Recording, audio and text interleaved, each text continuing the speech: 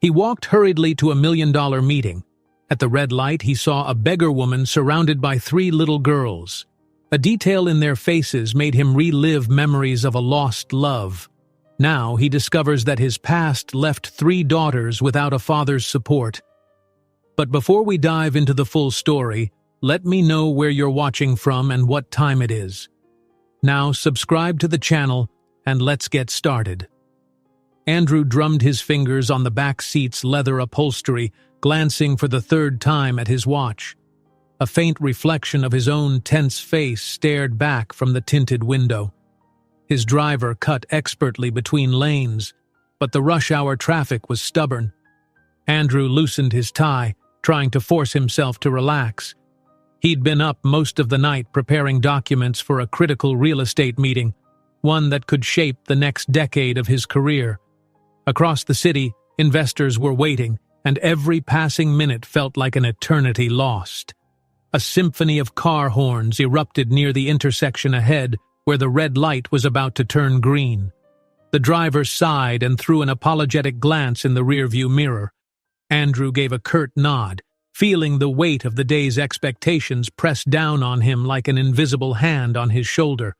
His phone buzzed at his side.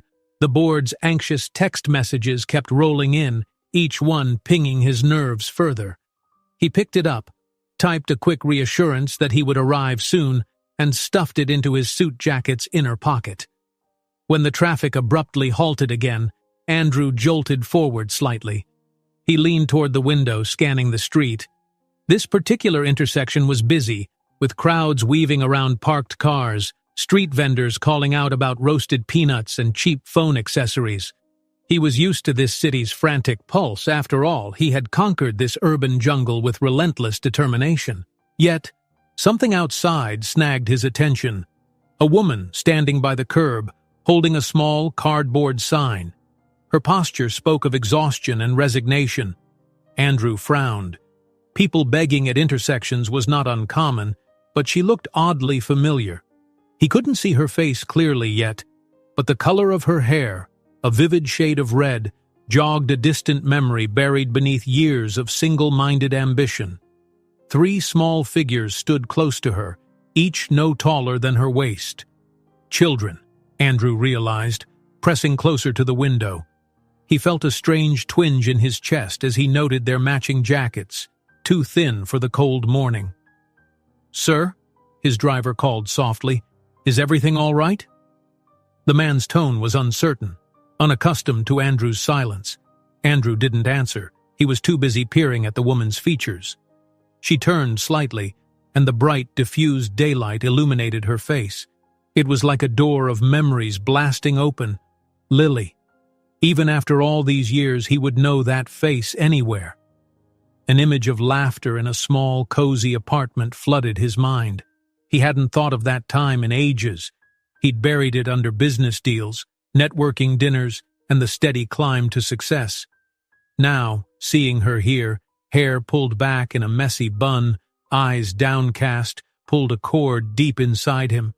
Andrew swallowed. He tried to rationalize it. Maybe he was mistaken. Maybe this was just someone who looked like Lily. Then one of the children turned, and Andrew caught a glimpse of a tiny face with wide brown eyes. The shape of that nose, the expression, stirred a shiver in him. The traffic light changed to red once again, the queue of cars unmoving. Andrew realized his heart was pounding so loudly it nearly drowned out the horns. "Stop the car," he said hoarsely. The driver hesitated. "But sir, we're already late." "Stop the car," Andrew repeated with firmer resolve. Confusion flashed across the driver's face, but he obeyed. The black sedan shuddered to a standstill right by the curb. People outside stared, wondering why a sleek luxury car had pulled over so suddenly. Andrew's personal assistant, seated in the front, turned around, alarmed. "Andrew, we're cutting it close. The investors are—" Andrew pushed the door open and stepped out onto the busy sidewalk before the man could finish. A swirl of exhaust fumes and brisk morning air hit him. He could sense passers-by turning their heads to look at him. A tall, sharply dressed businessman stepping onto a street corner was a curiosity in this part of town. But Andrew only had eyes for the woman a few steps away. She hadn't noticed him yet. She was focusing on holding up the sign with shaky hands, her children clustered behind her.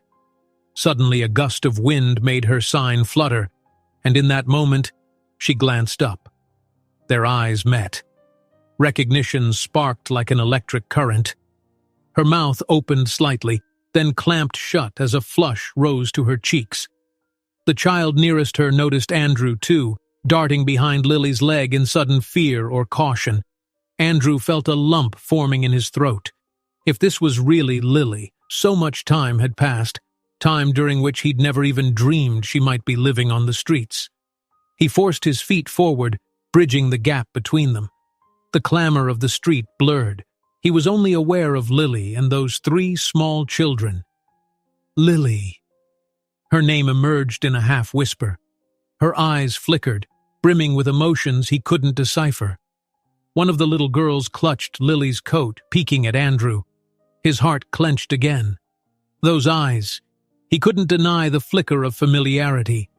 A swirl of guilt and confusion pummeled him, swirling inside his chest until it was hard to breathe.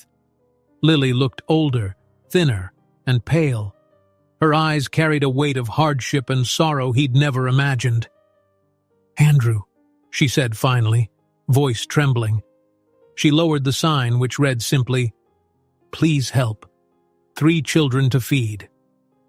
He wondered how many times she'd held that sign up and how many people had walked right past without giving her a second glance. The thought felt like a punch in the gut. His personal assistant came up behind him, speaking in an urgent hush. "Sir, your meeting. We need to go now. They won't start without you for much longer." Andrew barely heard him. He took another step, each breath feeling like an eternity. "Lily, what's going on?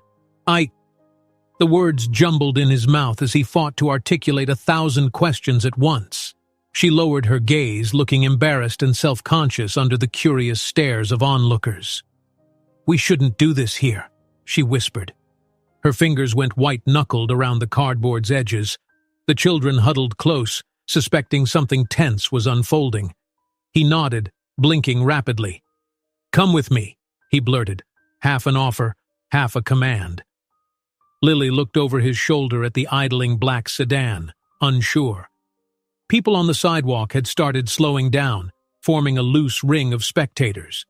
A few recognized Andrew's face from magazine covers and local news segments about real estate developments.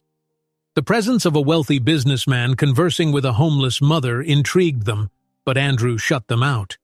He only had eyes for Lily and the strange, twisting feeling in his gut whenever he glanced at the children. Could it be? No, that was impossible. Or was it? "I can't just leave," Lily said softly, but there was an undercurrent of despair in her words.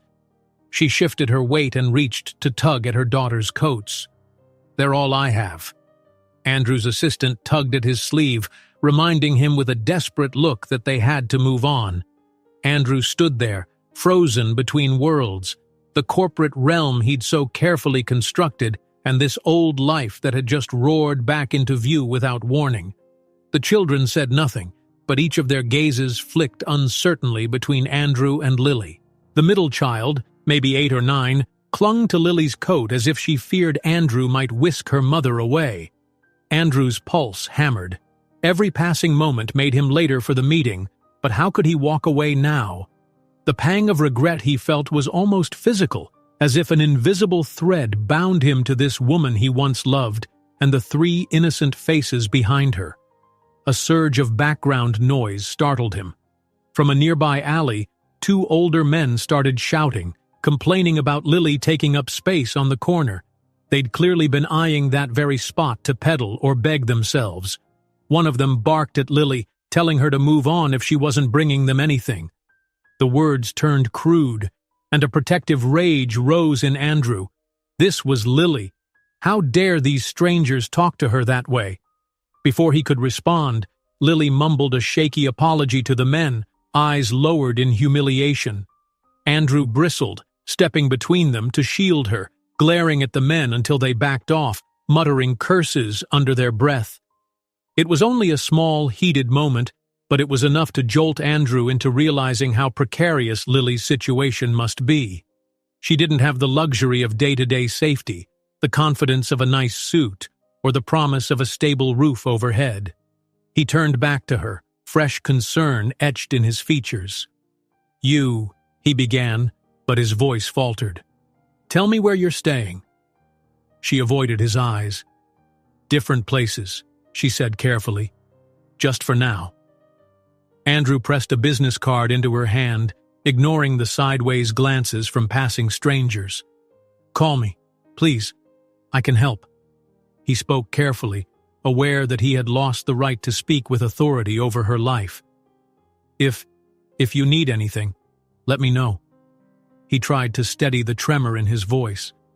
Lily stared at the card without reading it, tension in every line of her body. The traffic light ahead turned green, and the flow of cars surged forward. His driver honked softly, urging him to return. Andrew's personal assistant gave one last desperate nod. Time was up. Lily's lips parted, her face a mixture of fear, resentment, and something that might have been longing. Finally, she looked up, meeting Andrew's gaze. Her voice was so low he had to lean in to catch the words. "You shouldn't be here." Then she turned away, quietly gathering her children as Andrew stood immobilized. The noise of the city closed around him once more, but it faded beneath the pounding of his heart. In that instant, he understood that Lily was protecting something, and he suspected those 3 girls might be far more than her children alone. The idea rocked him, leaving him rooted to the spot until the driver and personal assistant practically dragged him back to the car. The thought refused to leave him. "You shouldn't be here." It echoed in his mind all the way to that high-rise boardroom, hinting at a secret that threatened to unearth all the illusions he'd built around his life. With one final glance, Lily softly says, "You shouldn't be here," leaving Andrew speechless. He can't help but sense there's a hidden story behind her warning, and a possibility that these 3 children might be his. Andrew stood rooted to the spot, cars swerving around the idle black sedan behind him.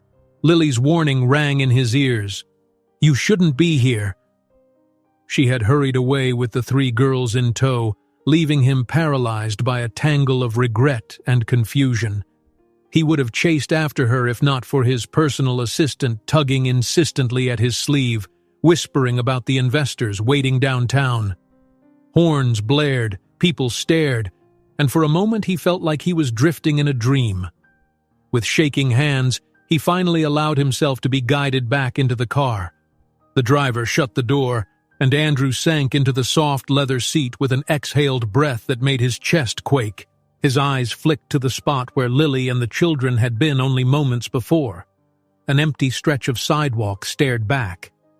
"I'm sorry, sir," the driver said quietly, "but we really have to go." Andrew nodded mutely, still absorbing the shock of seeing Lily under those dire circumstances. The noise of the street seemed to recede as the sedan inched forward. Outside, the city continued to bustle, unaware that his world had just been knocked off its axis. He blinked, tugging distractedly at his tie, remembering the desperation in Lily's eyes and the protective way she pulled the girls close, as though shielding them from him and the city alike. His assistant twisted in the passenger seat. "Andrew, they're expecting us upstairs any minute now." Andrew cleared his throat, forcing himself to respond. "Yes, let's get there." The driver maneuvered through the last of the congested streets until they reached the main avenue, where skyscrapers loomed in the distance. Andrew tried to steady his thoughts. The day's meeting was everything he'd worked toward. A major real estate proposal that promised enormous returns, a shining affirmation of his business acumen. Yet all he could think about was the moment he locked eyes with Lily and the possible meaning behind it. The memory of that small girl with eyes so similar to his own weighed heavily on him. He caught himself gripping the door handle, knuckles white, as if bracing against a blow. Memories flooded in with unsettling force. Lily, in a modest apartment years ago, stirring coffee in a chipped mug, smiling as she listened to him rattle on about his ambitions. He could almost smell the cheap air freshener in that cramped living space. Back then, they'd had big dreams. He'd been certain he could balance love and a career. Then his father's stern voice cut through the hazy flashback like a shard of glass. "End it if you want to succeed. She'll only hold you back." The sedan glided up to a sleek, reflective building. Andrew stepped out, heart thumping, and forced himself to straighten his suit jacket. His personal assistant hustled him through the gleaming lobby, where an ornate chandelier and the hush of polished floors greeted them. Elevated glass doors slid open. Inside the elevator, Andrew stared at his own reflection. He barely recognized the man in the mirror, furrowed brow, anxious eyes, a tension stiffening his jaw. Lily's words played on repeat in his mind. "You shouldn't be here." Moments later, he entered the high-ceilinged conference room, where rows of dark leather chairs and a long wooden table set the tone for a serious gathering. A handful of investors sat with their faces buried in notes. A couple tapped impatiently on their phones. The lead partner glanced up, relief warring with reproach in his expression. "Andrew, at last. We've been waiting." Andrew gave a faint apology and took his seat, trying to compose himself. The presentation began.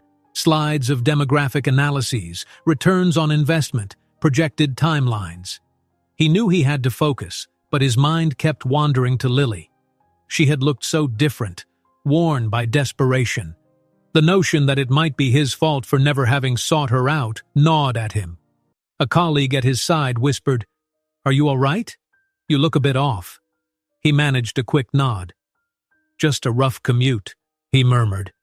When it came time for Andrew to speak, he delivered a practiced overview of the project, discussing land acquisitions and strategic expansions. He heard his own voice from a distance, calm and certain, as though he were operating on autopilot. Internally, though, chaos reigned. Once the formalities ended, a small group of board members and investors cornered him near the polished windows overlooking the city. One of them, a silver-haired man with a heavy watch on his wrist, offered a thin smile. "We heard some rumors that you had an unexpected stop on the way here." Andrew bristled but kept his tone neutral. "Just ran into an old acquaintance, nothing that concerns the company."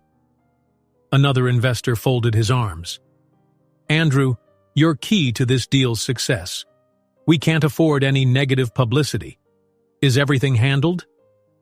He wanted to snap back that it was his personal life, but he bit his tongue. "Yes, it won't affect our progress." The words rang hollow in his ears. Satisfied for the moment, they dispersed. Andrew stood by the window, ignoring the hum of conversation behind him. He pulled out his phone, thumbs hovering over the screen. If Lily was in trouble, maybe he could find a way to help discreetly, but he had no idea where to start. He realized that beyond her first name, he knew very little about her situation now. His assistant coughed softly. "Andrew, you sure everything's fine?" Andrew exhaled. "No," he said quietly, "but I'm handling it." Then he thought for a second. "I need you to dig around, discreetly. Start with the area near the corner of Willow and 3rd, see if we can track down a woman named Lily, maybe one of the local shelters or something. Just be subtle, no official announcements." The assistant nodded, though concern etched lines on his brow. "I will, but be careful. If the board catches wind that you're searching for a homeless mother, they might think you're about to invite a scandal." "I understand," Andrew replied, pressing his lips into a thin line. "Just do what you can." The rest of the day was a blur of paperwork and tense phone calls, his father's voice echoing through a clipped voicemail reminding him that upholding the family name should be his top priority. Andrew spent the afternoon half listening to proposals while scrolling through the phone, hoping for any update from his assistant. No news came.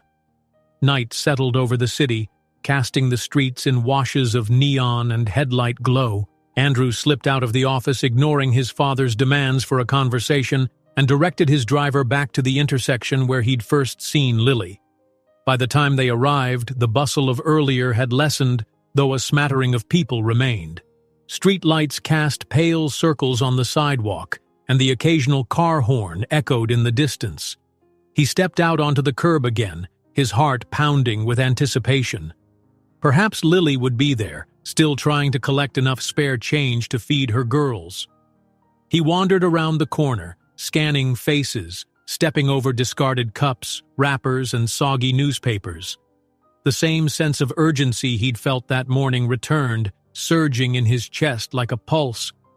How could he have let her vanish a second time?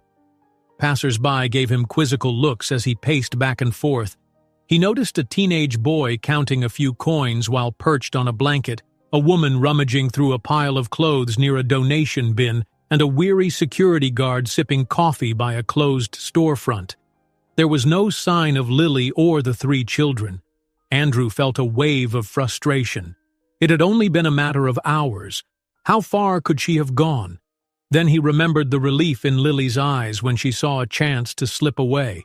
He couldn't blame her. After all, it was Andrew's world that had once cast her aside.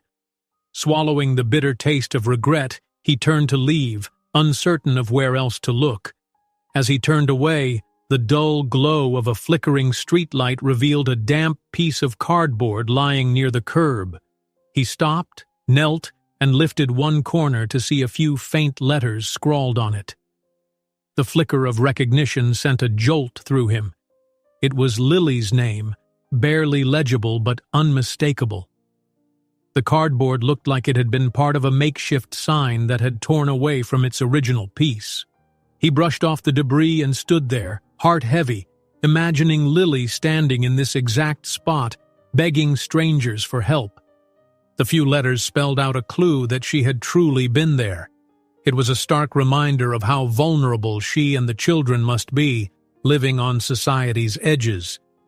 A taxi sped past, stirring a gust of chilly wind. Andrew closed his eyes, clinging to the fragment in his hand. No matter what, he couldn't let Lily slip through the cracks again. He'd left her behind once before, even if unknowingly, and he refused to make the same mistake. With this tiny clue, he vowed to do everything in his power to find her and those 3 innocent faces that haunted him. At that moment, the doubt he'd been wrestling with all day shifted into determination. He refused to lose her a second time. This time, he would move mountains if he had to. He slipped the torn cardboard into his jacket pocket as the city lights shimmered overhead. Andrew spots a piece of torn cardboard near where Lily stood, with a faint scribble of her name. He picks it up, realizing it might be the only clue to finding her again. Andrew stood in his apartment's living room before dawn, phone in hand, eyes heavy from a sleepless night spent revisiting memories he thought he'd buried. The torn scrap of cardboard with Lily's name lay on the coffee table, an unmistakable reminder of how real she was, and how urgent it felt to find her. City lights outside gradually shifted to the grayish glow of early morning, prompting him to take action before rush hour blanketed the streets. He scrolled through a list of local shelters, pressing call after call. Most places either had no record of someone named Lily or refused to disclose details. But after the 6th attempt, a tired voice on the other end paused. "Yeah, I remember a Lily," the man said. "Red hair, right? She came in a few nights ago with 3 kids. They couldn't stay long. We're pretty crowded." Andrew's heart rate quickened. "Do you know where she might have gone? Another shelter, maybe?" A pause. "There's a place a few blocks east that sometimes takes overflow families. I can't promise anything, but you can try." After jotting down the address, Andrew clicked off. He barely changed out of his rumpled shirt, leaving only enough time to splash water on his face, grab his jacket, and rush out the door. His personal driver had the day off, so he slipped behind the wheel of his own car, anxious to navigate the city's early traffic himself. As the sun rose, Andrew made his way into a neighborhood of crumbling facades and boarded-up storefronts. The car jolted over potholes and scrawny cats darted across the street. He felt a twist in his gut. How had Lily ended up here? Had his silence all these years contributed to this? He found the shelter, a squat building with peeling paint and barred windows. He parked, locking the doors more out of habit than fear, and stepped onto the cracked sidewalk. A faint odor of exhaust and stale garbage lingered in the air. He spotted a handwritten sign on the shelter's door reading, "Families only, no vacancies." With a shaky breath, he slipped inside, greeted by dim lighting and a dingy corridor lined with mismatched chairs. A battered desk, manned by a gruff woman wearing a worn-out sweater, stood at one end. She eyed him suspiciously. "We're full," she said, her tone curt. Andrew cleared his throat. "I'm looking for someone named Lily. She has 3 children, red hair." The woman pursed her lips. "We don't give out personal information on our guests." "I understand," he said. "But, please, I need to know if she's here. It's important." A weary sigh escaped her. "Look, I've got a line out the door needing beds, so if you're not volunteering or donating—" She trailed off. Then a glimmer of recognition flickered in her eyes. "We've got a Lily in the back, but I can't just let you barge in. She said she wanted to keep a low profile." Andrew's throat tightened. "Please, I'm not here to cause trouble." Something in his voice must have conveyed sincerity because the woman grudgingly motioned for him to wait. She rose from her desk with a grunt and disappeared through a door at the end of the corridor. Andrew hovered by the entrance, hands clasped together, rehearsing what he might say if Lily came out. After a few minutes, muffled voices drifted from behind the door. Then Lily stepped into the corridor, her hair pinned back in a loose bun. The 3 girls clung to her coat, peering curiously at Andrew from behind her. The moment he laid eyes on them again, his heart twisted. One child, with eyes so much like his own, fixed him with a questioning stare. Another rubbed her nose and looked away, her cheeks hollow with hunger. The oldest, with that same red tint in her hair, set her jaw with a guarded expression that reminded him of Lily when she was upset. The gruff receptionist observed from the side, prepared to intervene if needed. Lily took a cautious step forward. "Why are you here?" she asked, voice subdued. Andrew swallowed hard, conscious of the children. "I'm sorry to show up unannounced. I tried looking everywhere. I just need to talk to you." Her shoulders sagged in a mixture of weariness and resignation. "There's nothing to talk about," she said, though her voice betrayed uncertainty. She scanned the hallway as though deciding if she should walk away or stay. One of the younger girls tugged Lily's sleeve and mumbled, "Mom?" Lily hushed her, placing a gentle hand on the child's back. Andrew felt a pang at the word mom. He forced himself to speak quietly, mindful of the fragile moment. "Lily, I need to know what happened. Back then, why you disappeared." The guilt in his voice was impossible to hide. A flicker of sadness crossed her face. "Now's not the time," she said, almost pleading. "I'm trying to keep my girls safe." Suddenly, a man with a matted beard shuffled by, glaring at Lily. "You again," he muttered angrily. "Taking up space. People like you drive donors away." Andrew bristled at the insinuation. Without thinking, he stepped forward, positioning himself between the man and Lily.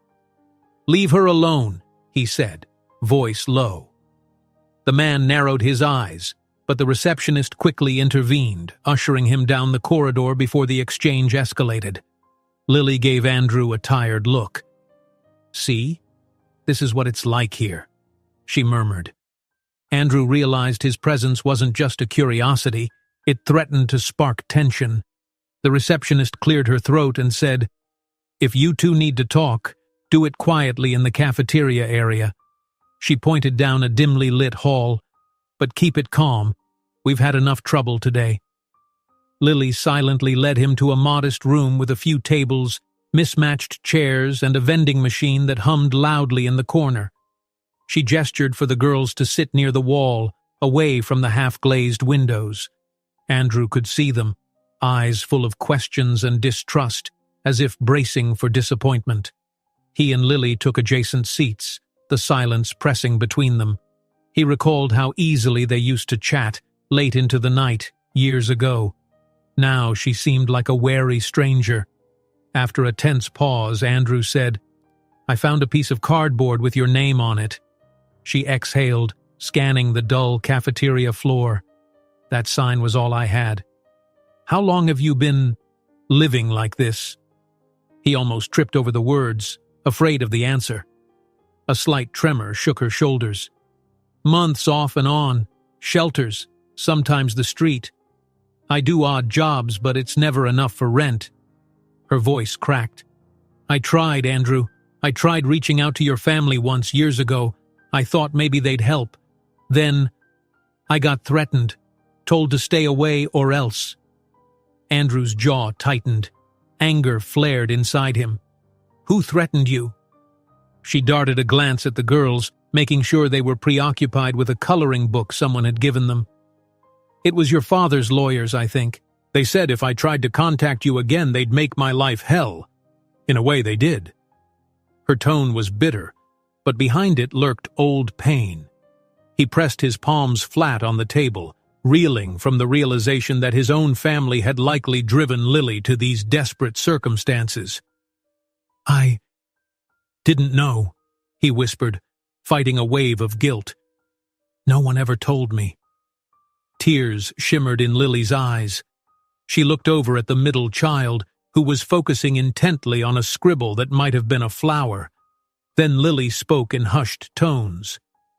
"They made it clear you were better off without me, that I'd only ruin your career, so I stayed away." Andrew felt an ache in his chest. He glanced at the little girl, noticing the bracelet on her wrist, a small handmade thing with colorful beads and one faded metal charm. It reminded him of a similar bracelet he'd once given Lily after a small argument in their early days together. A cheap trinket, but one they'd both cherished. His gaze drifted to the other children, seeing subtle resemblances he couldn't ignore. The shape of a nose, the arch of an eyebrow. It was like glimpsing mirrors of his own features. He swallowed. "Lily, are they—" She nodded slightly, anticipating the question. "They are all mine," she whispered, "and I suspect you know they're yours too." Andrew felt dizzy, a rush of blood pounding in his ears. A dozen questions fought to be asked at once, about birthdays, hospital visits, their earliest words, but only one came out.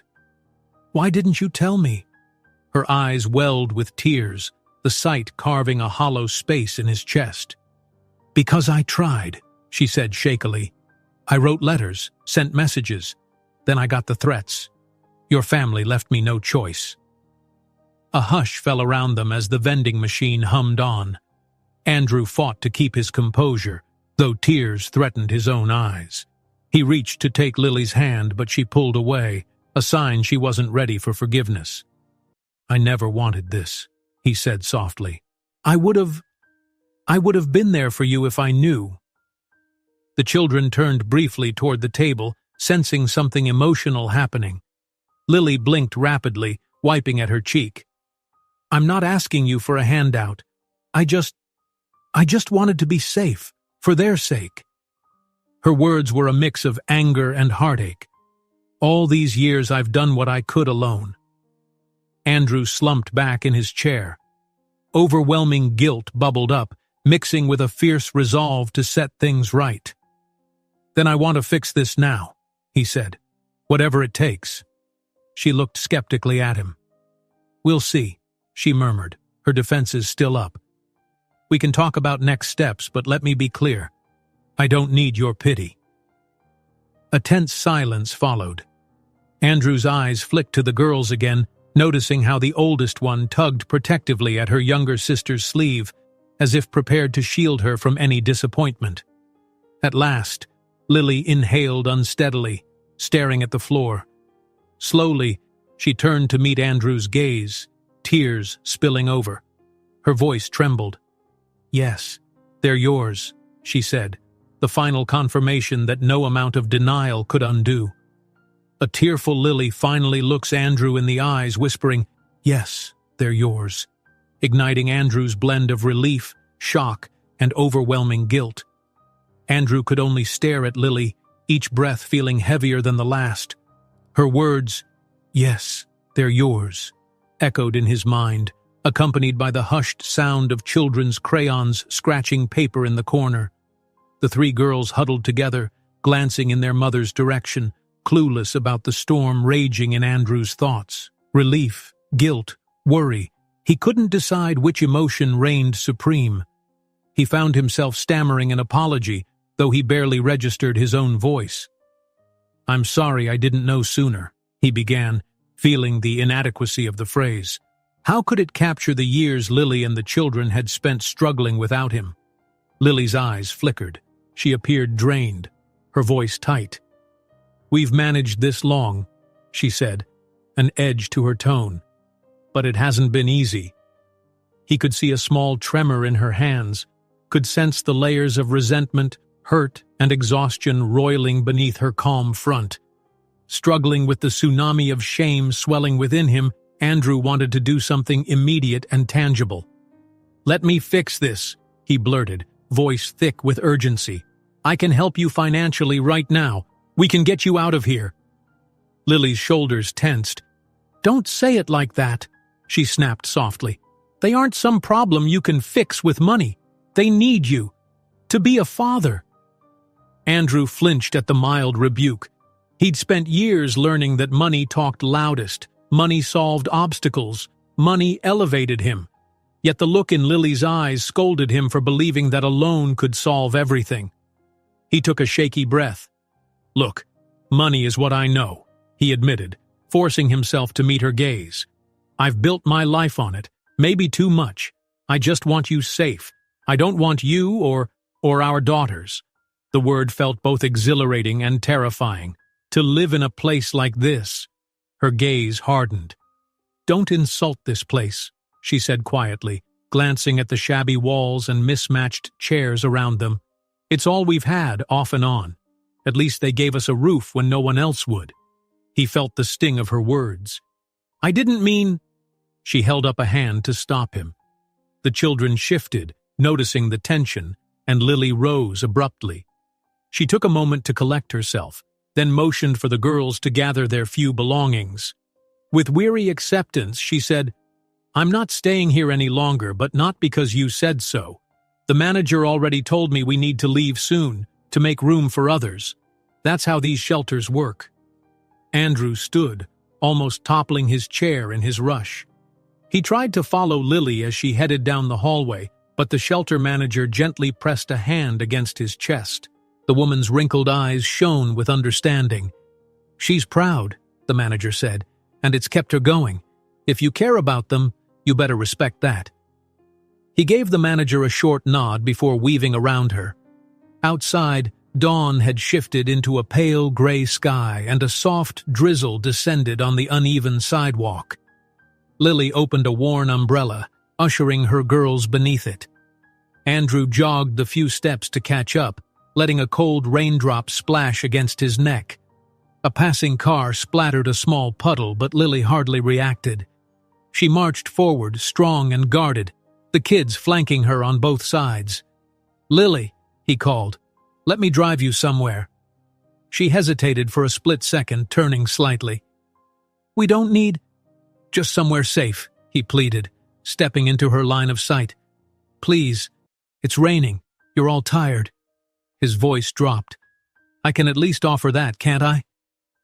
Before Lily could respond, one of the girls, perhaps the shyest, peered up at Andrew with wide, uncertain eyes. The child reached out tentatively, lightly brushing the shiny cufflink at Andrew's wrist. She seemed fascinated by its gleam, her tiny finger tracing the edge. Andrew's heart twisted at the innocence of her gesture. Despite all the frustration in Lily's face, this small hand on his sleeve reminded him of the real heart of the matter. These were his children, and they had suffered enough uncertainty. Watching her daughter's curiosity, Lily's shoulders softened, if only a little. She hesitated, then murmured, "Fine, but this is just a ride." Andrew nodded, relief rushing through him. His car was parked a block away, near where chipped paint flaked off old lampposts. As they approached, the drizzle picked up, turning into a steady rain. Andrew hurried ahead to open the doors, and the children scrambled in. Lily's face remained taut, as though she still doubted every step. Andrew offered a half-smile, anxious not to push her further than she was prepared to go. Once inside, the air felt warmer, but the silence grew tense. Andrew started the engine, flicking on the windshield wipers. His phone, set to vibrate, repeatedly buzzed. Messages and calls from the board, from investors, and from his father. Each vibration felt like a tether to the life he'd so meticulously crafted, and the tension between that life and this new reality nearly choked him. "Are you going to answer that?" Lily asked quietly, staring at his phone lighting up in the cup holder. He sighed. "Eventually," he muttered. "But this is more important right now." She gave a small nod, turning to check on the girls. The oldest looked up, eyes filled with concern. Lily gave her a reassuring pat on the arm. Rain pelted the windows in a steady patter as Andrew pulled away from the curb.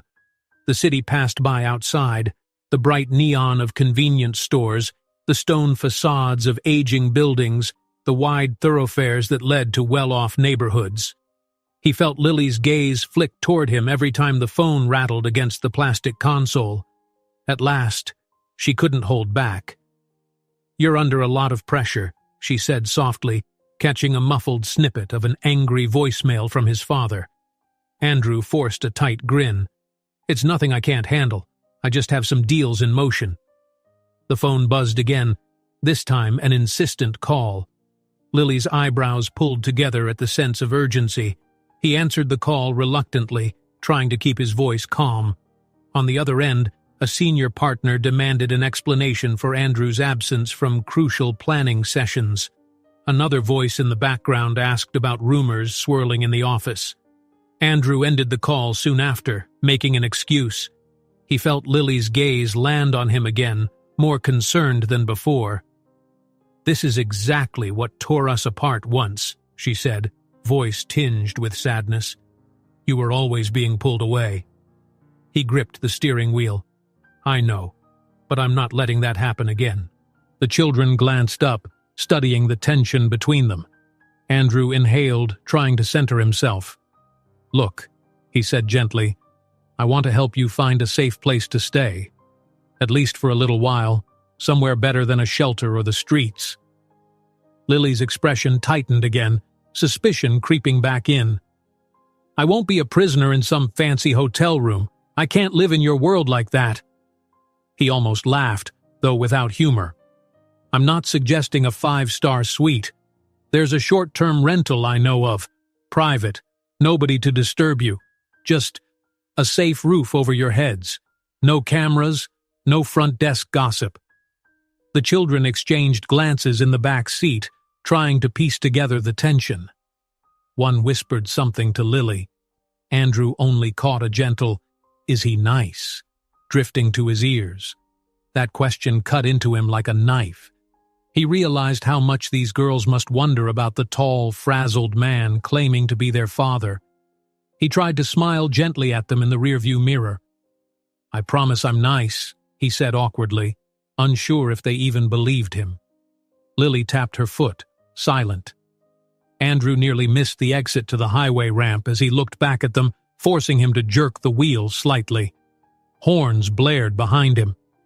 "Eyes on the road," Lily said sharply, fear flaring in her voice as she protected the children by reflex. "Sorry," he muttered, cheeks burning. He refocused on the drive, the tension in the car thick enough to stifle any easy conversation. Finally, they pulled onto an elegant boulevard lined with modern high-rises and neatly trimmed hedges. Clean sidewalks, bright street lamps, and reflective glass facades revealed a world far removed from the shelter. Lily's face was unreadable as the car slowed in front of a tall building with shining windows that caught the city lights, refracting them in subtle rainbows along the wet pavement. Andrew turned off the engine. Rain drummed on the rooftop. "It's just a rental," he said. "Month to month, no long-term lease. You can leave whenever you want." He hoped that choice would reassure her, though a knot still twisted in his stomach. They stepped out under a sleek awning, the children huddling close to Lily. Andrew watched them gaze up at the building's facade. Even in the drizzle, everything here gleamed. Planters overflowed with perfectly manicured foliage, and the lobby doors slid open at the slightest approach. 2 uniformed doormen peeked out, ready to assist. Andrew sensed Lily bracing herself, eyes darting around as though expecting to be judged at any moment. A flicker of uncertainty crossed her face. She pulled the children closer, gazing up at the tall, imposing structure with a mixture of wonder and dread. Andrew realized she must feel like a stranger in his world of polished surfaces and discreet wealth. As Lily stares up at the sleek, imposing apartment tower, she wonders if stepping inside Andrew's world will truly help, or if it will drag them all into deeper trouble. Andrew woke to the pale light filtering through the living room's tall windows. He blinked, momentarily disoriented, forgetting he'd fallen asleep on the couch in the furnished apartment he'd secured for Lily and the girls. Yesterday's whirlwind of decisions replayed in his mind, guiding Lily past the polished lobby, ushering the children into a newly cleaned 2-bedroom suite and making sure they had the basics: food, linens, a safe place to rest. The entire experience had felt surreal, standing in stark contrast to the stark shelters they'd been moving between. He sat up, rubbing his stiff neck. The apartment's modern furniture gleamed under the morning light, though it lacked any real sense of home. Andrew glanced down the hallway, listening for the sounds of children, but only heard faint murmurs. Rising, he walked to the open-plan kitchen, half expecting Lily to greet him there, but it was empty. The quiet forced him to confront just how precarious this new arrangement was.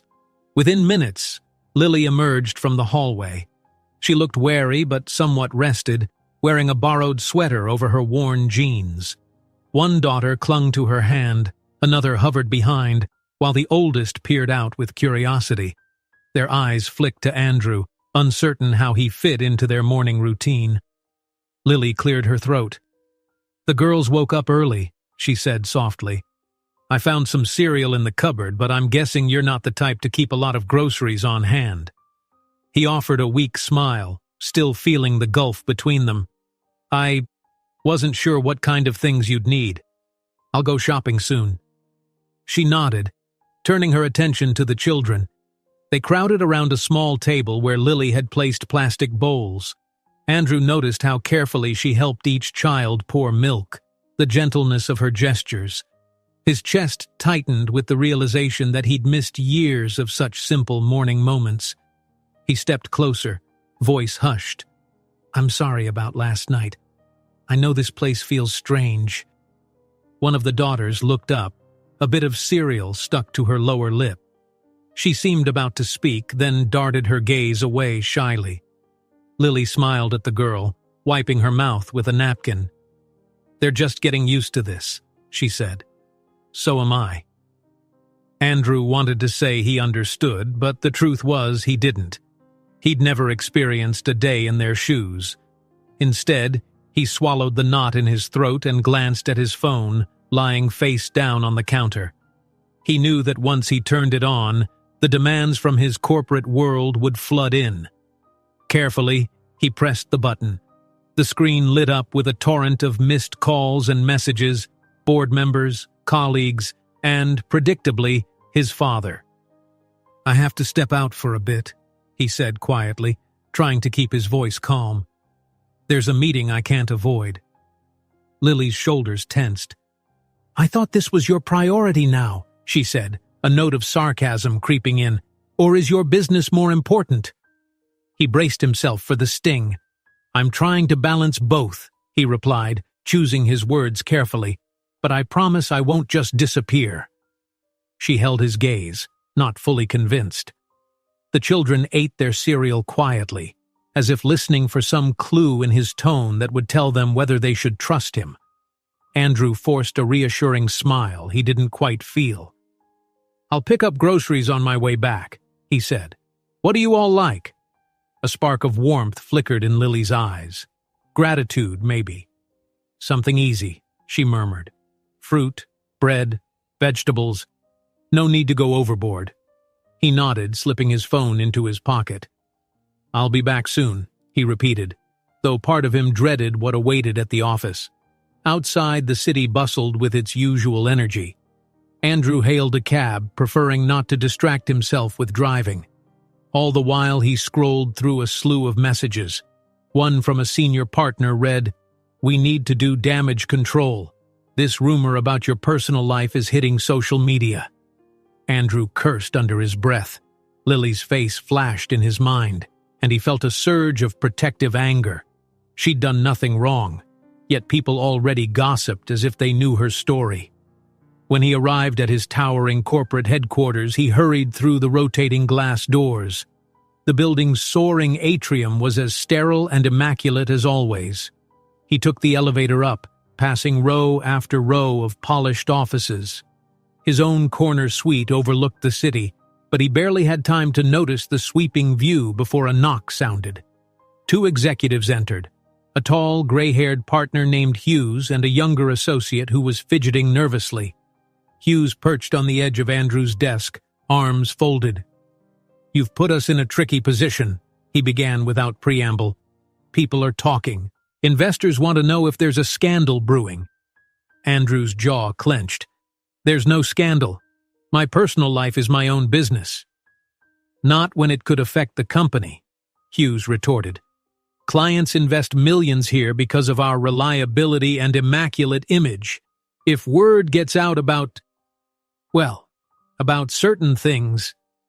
Andrew stood abruptly, forcing Hughes to step back. "These certain things involve a family that I had no idea existed," he said, voice shaking with frustration.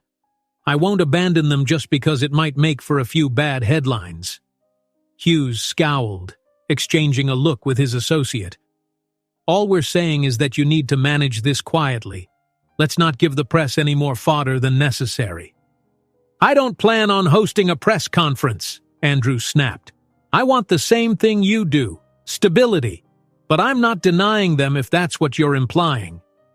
The associate raised his hands in a placating gesture. "We all just want to protect the business. We can help with finances, keep them out of the media." Andrew's patience boiled over. "Did you even listen to what I said? Lily is not just some problem to be paid off. If anyone else suggests that, they can consider me done." His voice reverberated in the enclosed room. Hughes pressed his lips together. "All right, Andrew. Just know the board is watching every move." With that, he and the associate turned, striding out with the stiff walk of men who believed they were on the moral high ground. Andrew slumped into his office chair, raking a hand through his hair. His phone vibrated again, his father's name on the screen. He exhaled sharply and answered. "I know what you're doing," came the cold voice on the other end. "Bringing that woman back into your life. Andrew, I warned you years ago." Andrew's grip on the phone tightened. "I never asked you to interfere in my relationships. Lily told me everything, about the threats, the payoffs. How could you do that to her?" A silence crackled over the line, then his father's voice returned, dripping with condescension. "It was necessary. We couldn't afford distractions when you were on the cusp of success. I won't apologize for protecting this family." Andrew felt a surge of fury. "Protecting the family? You ruined her life, my children's lives. I lost years with them. So now you're going to ruin your own career just to play hero?" his father scoffed. "I'm telling you, cut ties with her again. It's a mistake to keep them around." Andrew closed his eyes, letting out a trembling breath. "I'm not repeating that mistake," he said quietly. "Not now. Not ever." His father let out a bitter laugh. "Don't say I didn't warn you when this all comes crashing down." The call ended abruptly. Andrew sat in numb silence for several moments, fury and guilt wrestling in his gut. Shaking off his anger, he grabbed his briefcase and left the office without a word to anyone. The pitying or curious glances from his colleagues burned holes in his back as he walked down the hallway. He needed to get out, to see Lily and the girls, to remind himself why he was fighting this fight. Driving back to the apartment, Andrew forced himself to calm down. He arrived at the high-rise, picked up a cart of groceries from the trunk, and took the elevator to the apartment. Once inside, he heard soft voices in the living area. Lily was sitting on a rug, leaning over a few picture books in front of the children. She was teaching them reading exercises, guiding their fingers along printed letters. All three girls stared eagerly at the pages, trying to sound out words. A warmth spread in Andrew's chest. The mundane moment felt more valuable than anything he'd done all day. He quietly set the groceries on the kitchen counter, not wanting to interrupt. Lily glanced over, her eyes cautious but kinder than before. With a small nod, she turned back to the girls, gently praising their reading attempts. Andrew stood there, heart swelling with a mix of gratitude and regret for all the moments he had missed. For the first time, he felt like a father witnessing an ordinary, beautiful moment of family life. He caught Lily's eye again as she sent the children off to wash their hands. She mouthed the words, "Thank you," and though it was silent, he sensed the sincerity behind it. Andrew was about to respond when his phone chirped with a new text message. He pulled it out, expecting more board drama or some nonsense from the press. Instead, it read, "Step away from Lily or lose everything." A chill curled through him. He set the phone down, all too aware that this was a direct threat. Raising his head, he stared at the closed door that led to the rest of the apartment. He recognized that letting Lily and the girls into his life meant waging war against the very people who wanted him to stay locked in a pristine image. But for once, he knew exactly where he stood. Andrew's phone buzzes with a cryptic text, "Step away from Lily, or lose everything." He sets his jaw, realizing the fight for his children has just begun. Andrew woke earlier than usual, drawn from restless sleep by the same relentless worry that had dogged him all week. Dawn's first light revealed Lily and the girls still sound asleep behind closed doors, so he moved quietly into the kitchen. He replayed the anonymous text in his head, "Step away from Lily, or lose everything." It sat in the pit of his stomach like a stone. He couldn't forget it, or pretend it wasn't there. He leaned against the cool marble counter, scrolling through his phone for any updates that might clarify who sent the threat. A part of him suspected his father's involvement, or at least that certain investors in the boardroom were complicit. But for all his corporate savvy, Andrew realized just how few allies he had when it came to defending Lily and the girls. A soft shuffle echoed down the hall. Lily emerged, hair in a loose knot, eyes rimmed with tired shadows. She glanced at Andrew, then at his phone. Her expression was guarded. "You're up early," she murmured. Andrew tucked the phone away, not wanting her to see more worry etched across his features. "I didn't sleep well," he admitted. She padded over to the dining table, sliding into a chair as if drained. "Neither did I." Her voice was almost a whisper, and he could guess why.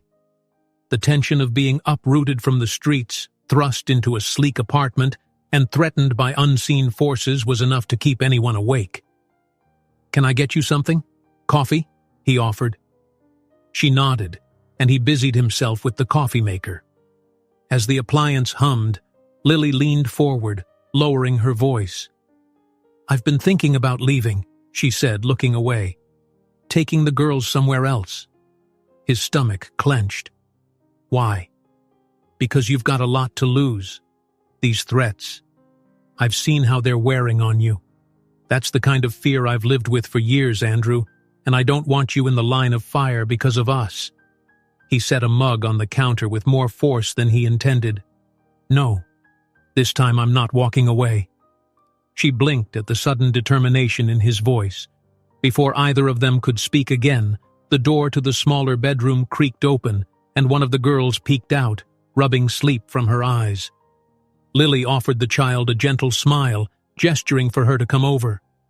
Andrew's gaze softened as the little one approached, hugging Lily's side. Lily exhaled, her stance shifting from fight or flight to protective mother. She looked back at Andrew, her voice hushed. I understand your intentions, but you can't deny the risk. Andrew poured 2 mugs of coffee, setting one in front of her. Let them come, he said quietly, thinking of whoever was behind the text. I won't back down. They exchanged a grim look of mutual understanding. Then Lily turned her attention to the child clinging to her, smoothing tangled hair and reassuring her that everything was fine. For a few precious moments the room felt almost normal. But by mid-morning, that thin veneer of calm shattered. Andrew received a call from the front desk. Someone had shown up asking for Lily's last name. The receptionist had refused to divulge any guest details, but the man apparently lingered, making a scene. Andrew told them to hold him there and hurried to the lobby, leaving Lily upstairs with the children. Downstairs, he found a squat, rough-looking man in threadbare jeans arguing with the security guard. When Andrew approached, the man's eyes narrowed. He sneered, "I'm looking for Lily. She owes me." Andrew stared him down, adrenaline kicking in. "She doesn't owe you anything," he said firmly. "You need to leave." The man stepped closer, jabbing a finger at Andrew's chest. "You the new guy protecting her? Big shot with a fancy watch?" Andrew resisted the urge to shove him away. Instead, he glanced at the security guard. "You heard me. Get him out." Security intervened, escorting the visitor to the revolving doors. The man spat on the ground, glaring over his shoulder. Andrew's mind reeled. This was no random personal vendetta. Somebody must have hired him to harass Lily, or at least rattle Andrew into giving up. He felt fury and a creeping sense of dread, suspecting that this was only a taste of what might come. Once the lobby doors slid shut behind that man, Andrew exhaled, shoulders tense. He asked the guard to keep an eye out for any further suspicious people. Then he hurried back upstairs, stepping into the apartment with a tight-lipped expression. Lily had her arms wrapped around the youngest child, who looked on the verge of tears. Andrew's heartbeat galloped. "They didn't get past the lobby," he reassured her. "Are you okay?" Lily nodded, but she looked shaken. The older girls clustered around, staring at Andrew for answers. He felt that protective rage build again. How many times had Lily and these children been intimidated by people who thought them easy targets? Lily stood slowly, placing a hand on each daughter's shoulder. "This is what I was talking about," she said. "The moment we rely on you, trouble finds us. I don't want you paying for it with your career or your safety." Andrew shook his head. "I'd rather face this than lose you all again." A stony silence fell, broken only by the quiet hum of the air conditioner. Lily's jaw tightened. "Then at least let's understand who we're dealing with. I tried to tell you once. Your family, your father, made sure I couldn't contact you before. They hired investigators, threatened my workplace, spread rumors until no one would hire me. That's why I've been on the streets." His throat constricted. He reached out, wanting to take her hand, but she crossed her arms, as if keeping that distance for a reason. "It's worse than I thought," he muttered, guilt flooding him. I never knew." Her voice wavered. "They made sure you didn't." For a moment, Andrew stood mute. He pictured his father's stern face, the smooth confidence of the man who'd guided Andrew's corporate path. He remembered half hints from old associates about removing distractions. Now, it all clicked into place. Lily had been systematically shut out, forced to wander from one precarious situation to another, while Andrew ascended a shining corporate ladder. "We'll put an end to this," he said, voice shaking with conviction. "I'll make it right. Maybe we should talk to a lawyer or go public, show people the intimidation, everything that's going on." Lily's eyes flared. "Go public?" She glanced at the children cowering behind her. "You think a media circus is what they need?" He took a step back, understanding her fear. "You're right. Maybe not right away. But we can't hide. These threats won't just stop." She seemed to deflate, shoulders bowing under the weight of it all. "Maybe I'll take the girls to another shelter, somewhere off the grid. We've survived so far." "No," Andrew said, voice firm. I'm not letting you run again.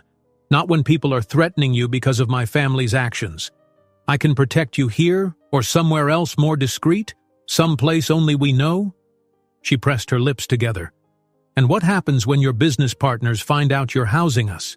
They clearly want us gone." Andrew paced, running a hand through his hair.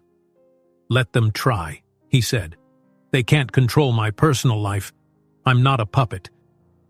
Yet as he spoke, he remembered all the calls from the board, the warnings, the hints of how easily they could force him out. Still, the thought of giving in turned his stomach. He approached Lily carefully, glancing down at the children. They shrank back, but he forced a small smile, crouching to their eye level. "I know this is scary," he said softly. "I'm sorry for what you're going through. I promise I won't let anything happen to you." The middle daughter, the one who'd previously touched his cufflink with curiosity, studied his face. Then she pressed closer to her sisters, as though still undecided about whether he was truly on their side. Andrew felt a pang, wishing he had memories of simpler moments with them, teaching them to ride a bike, tying shoelaces, reading bedtime stories. Instead, he was a stranger, forced to earn their trust under the worst circumstances. The hush in the room was broken by Lily's phone buzzing. She glanced at it, and her jaw clenched. "It's a blocked number," she muttered. Andrew saw the flicker of dread in her eyes. He gently took the phone from her, answering it. The line was empty at first, just a hush of static. Then a gravelly voice hissed, "If you think you're safe in that fancy building, you're more naive than we thought." Andrew's temper flared. "Who are you?" A low chuckle echoed on the line. "A friend, for now." The call ended. He set the phone down, swallowing his anger. Lily's face paled, and he didn't need to repeat what had been said. Her expression told him she could guess. The children clung to her, each sense on high alert. Andrew's eyes blazed. "We need a better plan," he said. "I might have to confront my father directly. Let him know that if anything happens to you, I'll go public. They have to back off." She nodded, though her hands trembled slightly. "Do what you must." That evening, Andrew made calls to private security companies, eventually convincing Lily to let at least one guard watch the apartment hallway. He also booked an appointment with a lawyer for the next morning, determined to gather evidence of the intimidation campaign. Lily sat with the children in the living room, coaxing them into a sense of calm after all the day's turmoil. A few battered coloring books, scrounged from the shelter, helped distract them, briefly. When the clock read just past 10, Andrew dimmed the lights, hoping for a quiet night. The children had settled into their makeshift beds, lulled by Lily's reassuring whispers. Andrew sat at the kitchen table, poring over old documents, trying to connect the dots that might expose his father's or the board's involvement in Lily's exile. His concentration was shattered by a sudden knock at the door. He froze, heart pounding. Was it the security guard, the building manager, or something worse? Andrew pushed back from the table and motioned for Lily to stay behind him. He crept toward the door, leaning in to peer through the peephole. Even in the distorted fisheye view, he recognized the silhouette immediately, familiar shoulders, a stance brimming with barely concealed hostility. Andrew looks through the peephole, sees a silhouette he recognizes too well, and says under his breath, "What do you want now?" The doorknob rattles ominously. Andrew pressed himself against the door, heart hammering in his chest. Through the peephole, the familiar silhouette shifted as though growing impatient at his hesitation. The doorknob rattled again, and a muffled voice demanded to be let in. With a sharp breath, Andrew unlocked it and pulled the door open just enough to see who stood there. He froze for a moment. On the threshold was a slim man with slicked-back hair, one of his board members' personal assistants, someone Andrew had seen lingering in corporate hallways but never expected to show up here, especially not at this hour. Next to him, a burly figure in a dark suit hovered, hands clasped in front, gaze cold. The tension in the air was electric. "We need to talk," the personal assistant said, voice curt. He placed a polished shoe in the door's gap so Andrew couldn't close it again. Andrew hardened his jaw. "It's late. You have no business being here." The assistant didn't budge. "We do, actually," he said. "This can't wait." He nodded at his companion, who gave Andrew a once-over, then pressed forward. "Let us in." Andrew's anger flared. He wanted to slam the door in their faces, but the broad-shouldered companion wedged his arm in, forcing it open. They strode inside, ignoring Andrew's protests. A quick sweep of the living room told them Lily and the children were nowhere to be seen. Presumably they'd rushed into another room when they heard the intrusion. Raising his voice, Andrew planted himself in front of them. "You can't just barge in here. This is private property." The assistant gave a dismissive shrug. "Let's cut the pleasantries. We have instructions. Lily needs to pack her belongings and leave if you want this deal to go through. All of it. The final negotiations. The new real estate expansion. You know how delicate everything is right now." A spark of fury lit behind Andrew's eyes. He'd suspected the board would escalate their intimidation, but not like this, sending enforcers to his doorstep in the middle of the night. "You have no right to threaten her," Andrew spat. "She's not going anywhere." The burly man in the dark suit exhaled impatiently. "Let's keep this simple. We were told to make sure she leaves. Where is she?" Andrew squared his shoulders, refusing to move. "Out," he lied, not wanting them anywhere near Lily or the girls. "You want me to pass on a message? Fine, but you're not talking to her." Just then, the door to the small hallway cracked open. Lily appeared, eyes wide, ushering the children into a bedroom and locking the door behind them. Her face was pale, fear warring with anger. One of the kids let out a scared whimper from behind the closed bedroom door. The personal assistant tipped his head, as though confirming her presence. "Ah, so she's home. That's convenient." Andrew stepped into the man's line of sight. "Don't even think about it," he growled, voice low. "You're trespassing. If you make one wrong move, I'll call the police." The man in the suit let out a dark chuckle. "The police? Go right ahead. If the right people want to keep them away, they won't come." The arrogance in his tone sent Andrew's blood boiling.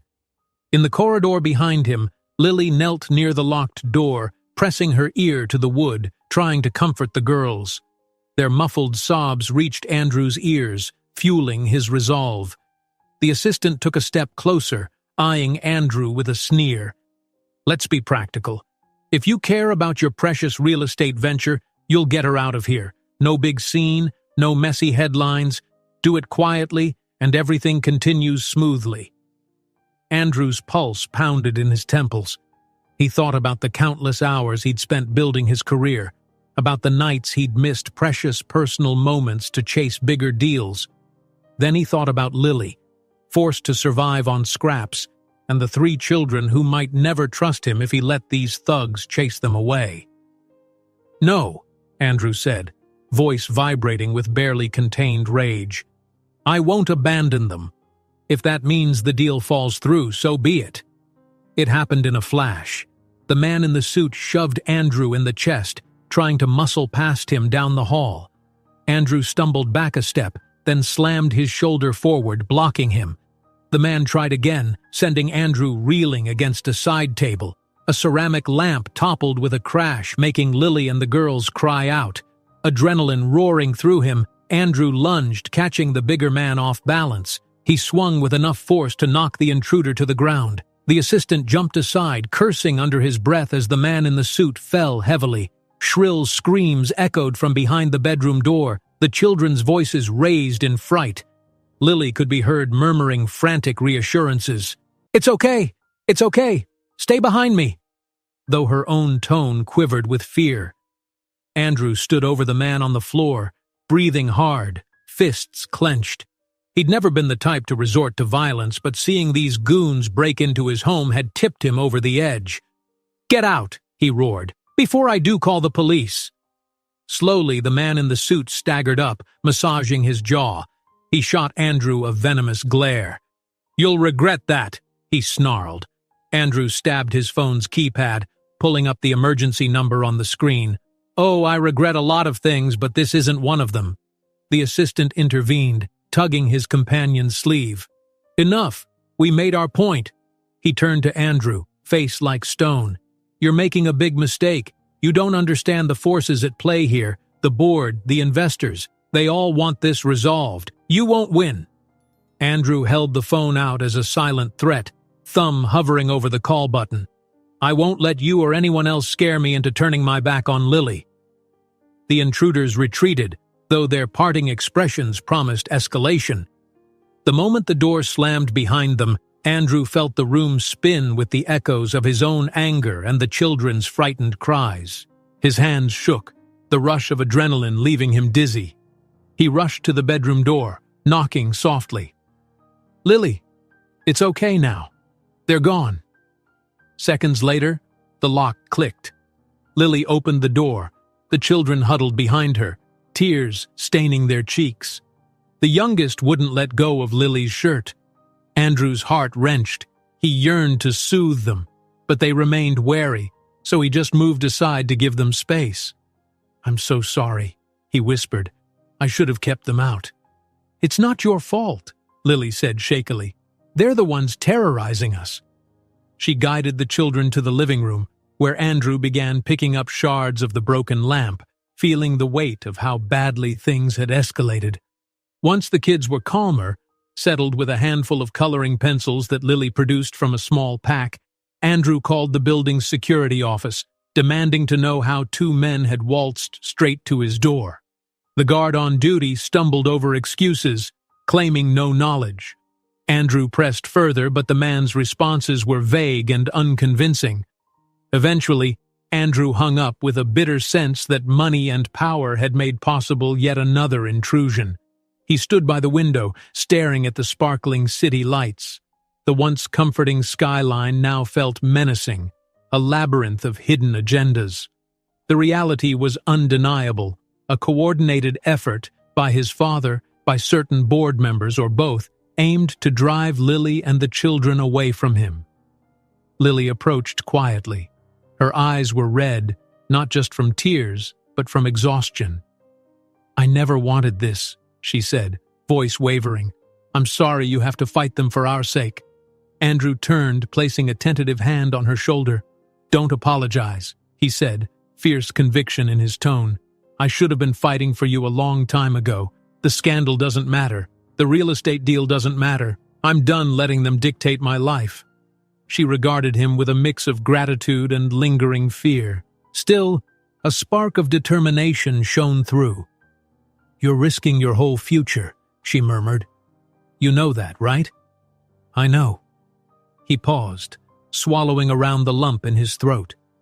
"And it's a price I'm willing to pay." A fragile silence settled, broken only by the rustle of colored paper in the corner. Lily gave Andrew a small nod. Then she turned to go check on the children. He followed at a distance, watching her kneel beside them, offering quiet reassurances. In that moment, the contrast between this upscale apartment and the harsh shelter hallways they'd once inhabited struck him deeply. Here, they had a plush bathroom, hot water on demand, clean towels. The girls had never known such simple comforts until now. Later that night, after Lily coaxed the children to brush their teeth and settle on makeshift beds, Andrew stood in the hall, watching her. A wave of regret washed over him for all the bedtime routines he'd missed. He clenched his fists, determined to reclaim whatever days they still had ahead. As she came out of the bathroom, Lily glanced at him. Her eyes were weary, but her voice was sure. "It's not over yet. You realize that?" Andrew nodded slowly, gaze flicking to the half-open bedroom door where the children slept. "They tried to erase you from my life," he murmured, anger and protectiveness flaring in equal measure. "And now they're coming for our children." Andrew felt the weight of his own words echo through the quiet hallway. "They tried to erase you from my life, and now they're coming for our children." The statement clung to the air like a storm cloud, heavy with meaning. Lily looked at him, her eyes reflecting both fear and resilience. The apartment was still, as if sharing in the gravity of that moment. By early morning, Andrew's resolve crystallized into a plan. He paced the living room, phone in hand, making a series of urgent calls to media contacts he had accumulated over the years. It was risky, but he saw no other way. Every time he looked at the three girls who had just managed a few hours of uneasy sleep, he felt his determination harden. If the people behind these threats thought they could frighten him into submission, they were about to discover how wrong they were. When Lily emerged from the bedroom, eyes swollen from lack of rest, Andrew braced himself for her reaction to his idea. She sank into a chair, the tension evident in her posture. "You've been on the phone since dawn," she said softly. "What are you up to?" He took a deep breath. "I'm holding a press conference," he replied. "I can't keep this hidden. They're trying to intimidate you, us, in the shadows.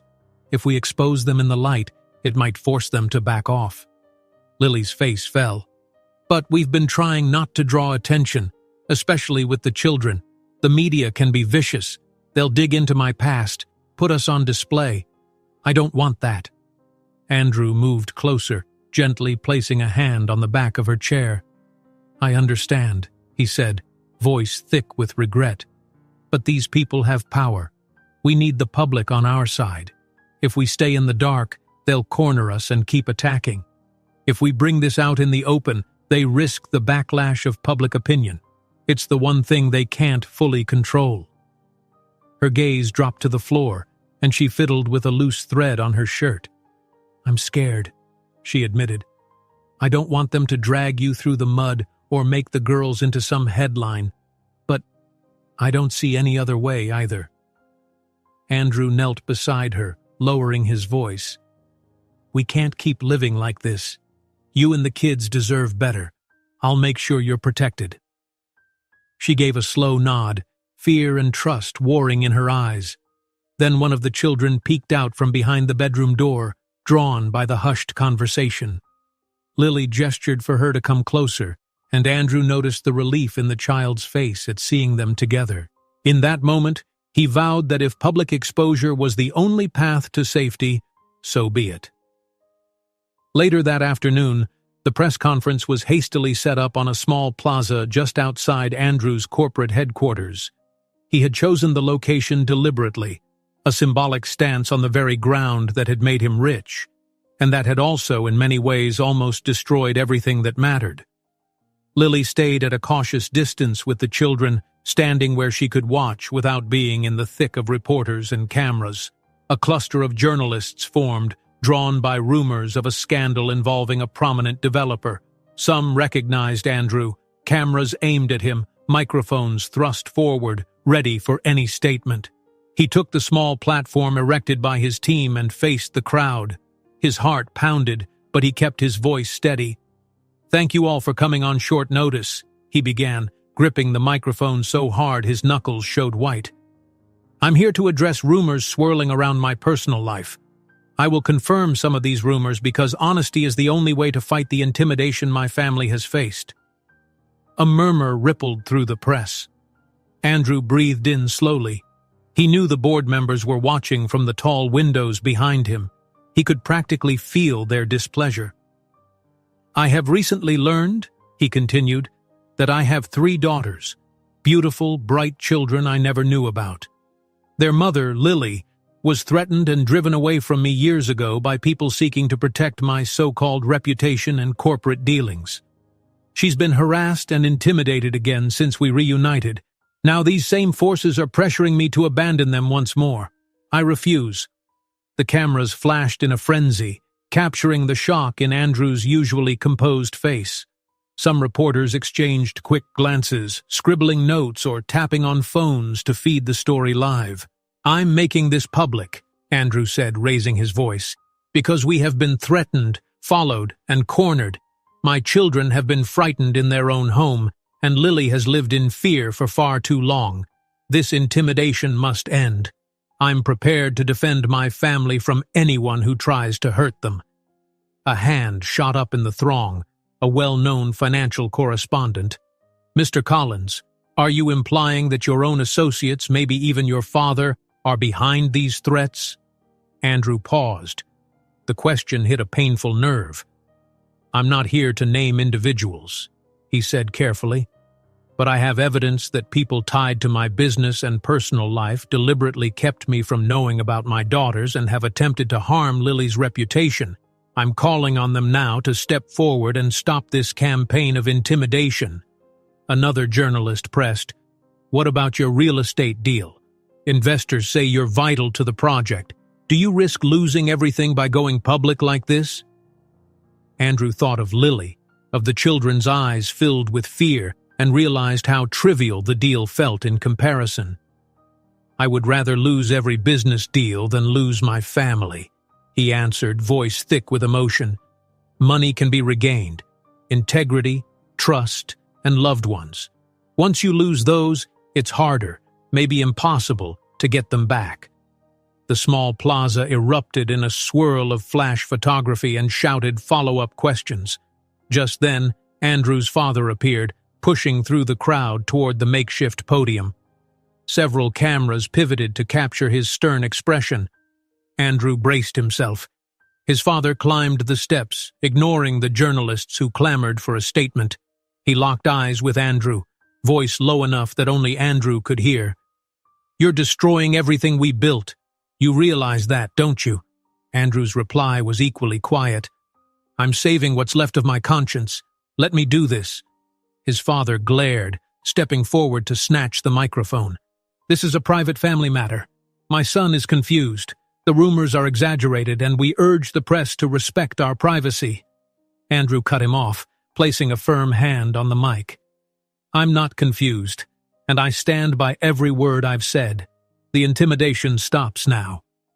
A hush fell, the crowd sensing a personal standoff. Andrew's father gave a dismissive laugh, then turned away, leaving the platform with a swirl of tension following him. The cameras pivoted between Andrew and his father, capturing every second of the bitter scene. Some in the audience whispered that they'd never seen such a public rift in a prominent family. When Andrew stepped down, he realized his hands were shaking.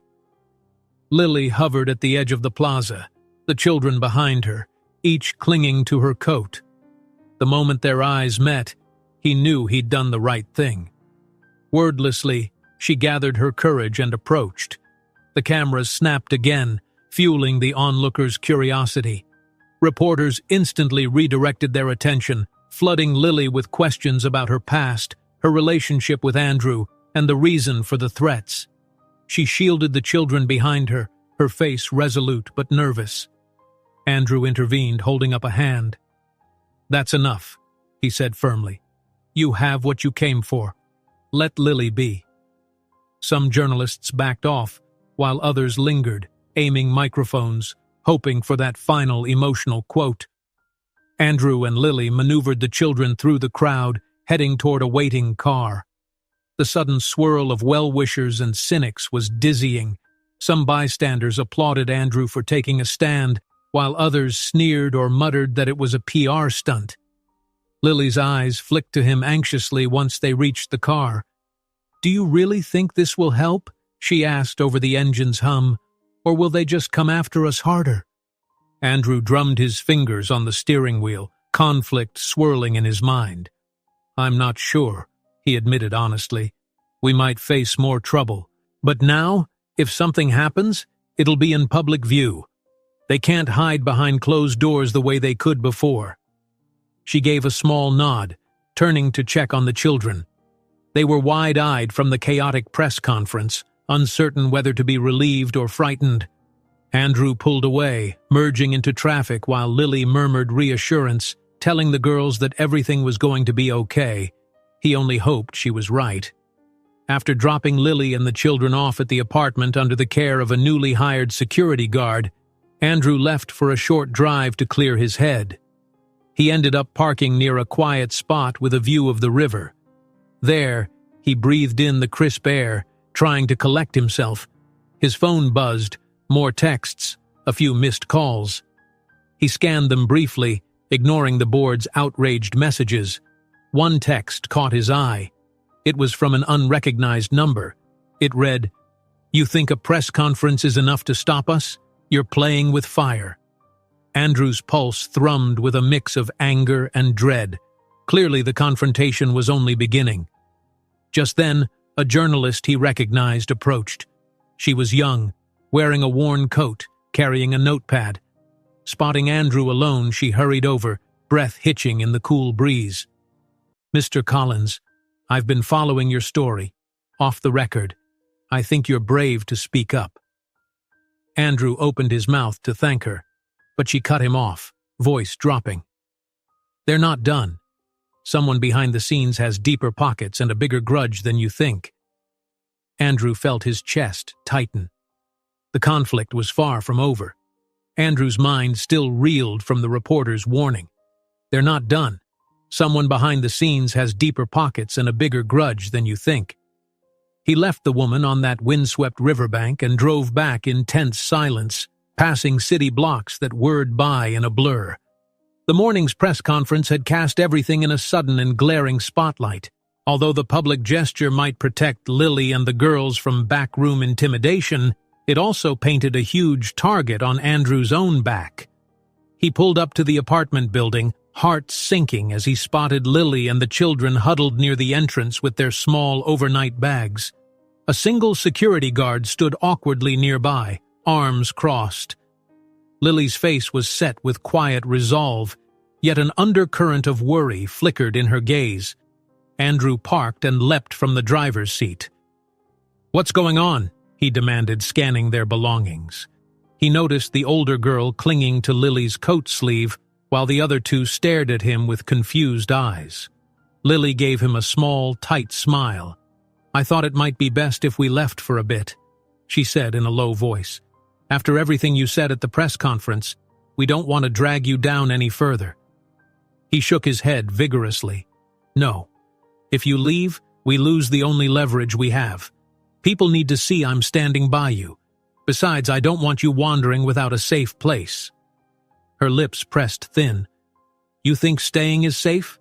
We've been threatened here, harassed by strange men. They could come back, Andrew. We can't just wait around like sitting ducks." He exhaled shakily, pressing a hand to his temple.